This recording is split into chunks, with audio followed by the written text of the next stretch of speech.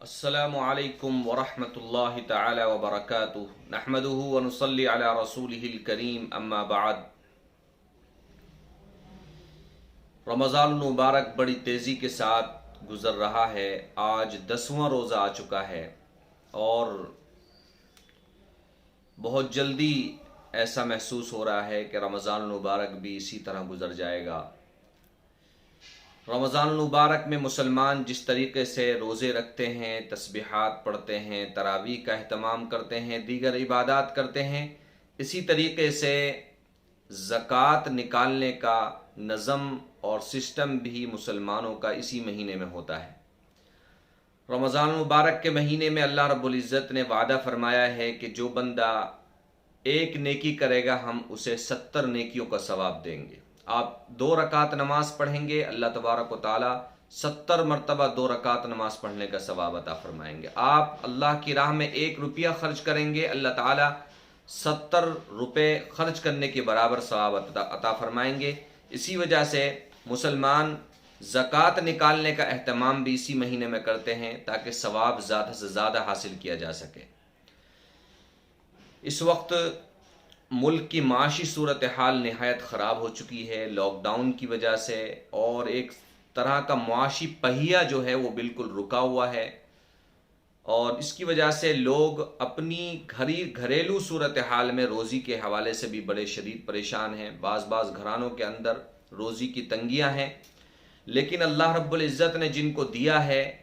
دولت عطا فرمائی ہے، مال عطا فرمایا ہے، الحمدللہ وہ حضرات ان لوگوں کا تعاون کر رہے ہیں اور ان لوگوں کی مدد پہنچا رہے ہیں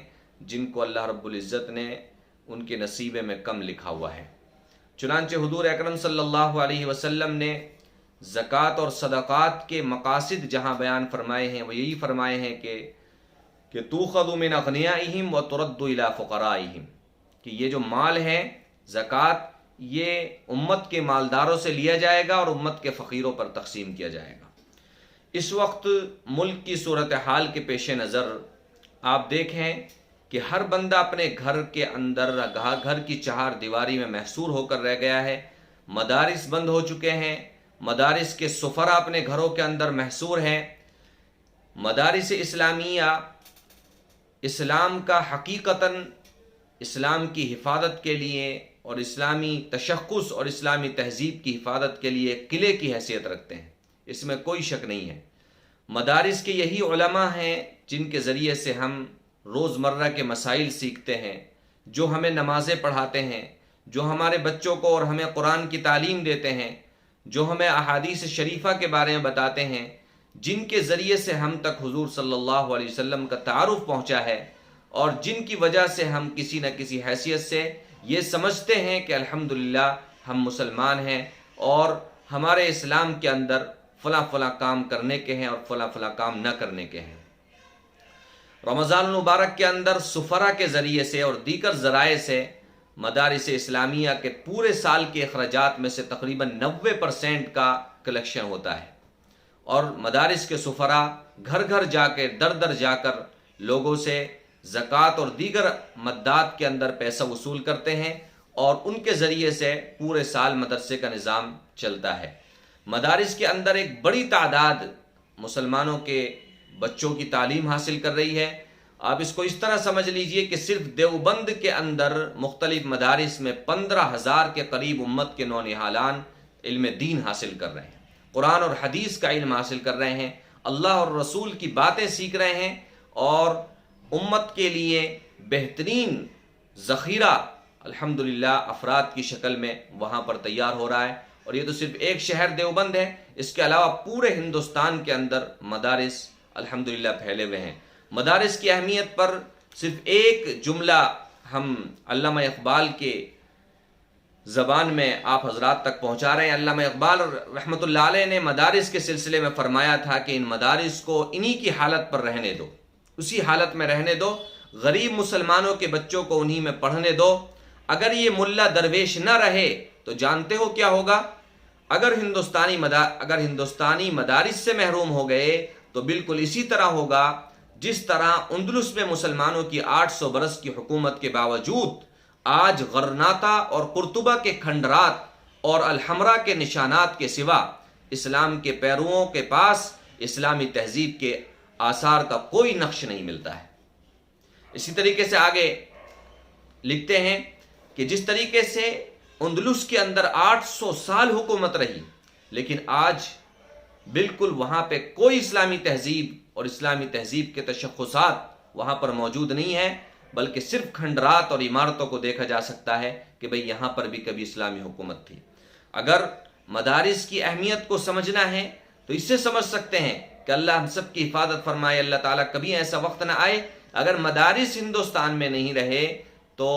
دلی کا لال قلعہ اور آگرے کے تاج محل کے علاوہ اسلام کا کون سا تشخص ہے اور کون سی تہذیب ہے جس کے آثار ہمیں فیوچر کے اندر جو ہے وہ ہندوستان میں دیکھنے کو ملیں گے۔ اس لیے ہم مدارس کی اہمیت کو سمجھیے، ان علماء کی اہمیت کو سمجھیے۔ یہ علماء دین کے اندر جو بھی غلط کام ہوتا ہے اس کی نشاندہی کرتے ہیں اور صحیح دین کی طرف لوگوں کی رہنمائی کرتے ہیں۔ دینی مدارس جس طریقے سے ایک ادارتی ان کی شکل ہوتی ہے اور مدرسہ اور نظم مدارس کی ایک منضبط شکل ہے، اسی طریقے سے مدارس ایک NGO کی شکل میں ہے جو امت کے لاکھوں بچوں کو فری میں کھانا دیتے ہیں، فری میں رہائش دیتے ہیں اور فری میں تعلیم دیتے ہیں۔ یہ ایک NGO کا کام ہوتا ہے، یہ صرف ایک تنہا مدرسے کا کام نہیں ہے۔ یہ بڑی بڑی NGOs جو کام کر رہی ہیں اور جو کروڑوں اور اربوں روپیہ جو ہے وہ اس پہ خرچ کر رہی ہیں، مدارس جو ہے وہ بالکل خاموش شکل میں ان NGOs سے زیادہ اہم کام امت کے لیے کر رہی ہیں۔ اس لیے اس رمضان المبارک میں مدارس کی وجود اور بقا کا معاملہ ہو گیا ہے۔ اگلے سال چونکہ مدارس بند ہو چکے ہیں، سفرا بھی کی آمد و رفت بھی بند ہو چکی ہے، اس وجہ سے اگلے سال مدارس کے اوپر کیا بیتے گی آپ اور ہم اچھی طرح سمجھ سکتے ہیں۔ اس لیے دیکھیے، ان مدارس کو تعاون پہنچانے کی صرف یہی شکل نہیں ہے کہ آپ ان سفرا کو دیں، بلکہ جن مدارس سے آپ مطمئن ہیں اور آپ مثال کے طور پہ ان کے بارے میں جانتے ہیں، ان کو دیکھ چکے ہیں یا ان کے حوالے سے آپ مطمئن ہیں، تو آپ ان تک تعاون پہنچائیے، ان کے اکاؤنٹ نمبر حاصل کریے اور ان تک تعاون پہنچانے کی کوشش کریے۔ مثال کے طور پہ دارالعلوم دیوبند ہے، مثال کے طور پہ مظاہر علوم سہارنپور ہے، دارالعلوم ندوۃ العلماء لکھنؤ ہے، اسی طریقے سے دیگر بے شمار مدارس ہیں بڑے بڑے۔ یہ ہمارے جامع مسجد امروہہ کا مدرسہ ہے، اسی طریقے سے شاہی مراد آباد کا مدرسہ ہے، اسی طریقے سے اور پھیلے ہوئے ایک جال ہے مدارس کا۔ ان میں سے جس پر بھی آپ کو اطمینان ہے اور اعتماد ہے، زیادہ سے زیادہ اپنا تعاون اس میں خرچ کریں۔ یاد رکھیں، تنگ دستی کی حالت میں آپ جو پیسہ خرچ کریں گے اللہ کے ہاں اس کی زیادہ فضیلت ہے بنسبت اس پیسے کے جب آپ کے پاس خوب پیسہ ہو، اس میں سے کچھ پیسہ آپ اللہ کی راہ میں بھی خرچ کر دیں، تو اس وقت خرچ کرنا اتنا زیادہ فضیلت کا باعث نہیں ہے جتنا اس وقت فضیلت کا باعث ہے کہ آپ کی کام رکا ہوا ہے، تجارت رکی ہوئی ہے، بزنس رکا ہوا ہے آپ کا، اس کے باوجود آپ اللہ کی راہ میں خرچ کر رہے ہیں۔ یہ گویا کہ ایک آزمائش کا وقت ہے، اس آزمائش کے وقت میں اللہ کا تقرب حاصل کریے، دینی مدارس کو زیادہ سے زیادہ فنڈنگ فراہم کر کے اور ان کا تعاون کر کے، تاکہ اگلے سال امت کے نونہالان قرآن اور حدیث کی تعلیم بالکل بر وقت اور صحیح انداز سے اور صحیح پیرائے میں حاصل کر سکیں، ان کو کسی قسم کی رکاوٹ اور پریشانی کا سامنا نہ کرنا پڑے۔ جزاکم اللہ۔ السلام علیکم ورحمۃ اللہ تعالی وبرکاتہ۔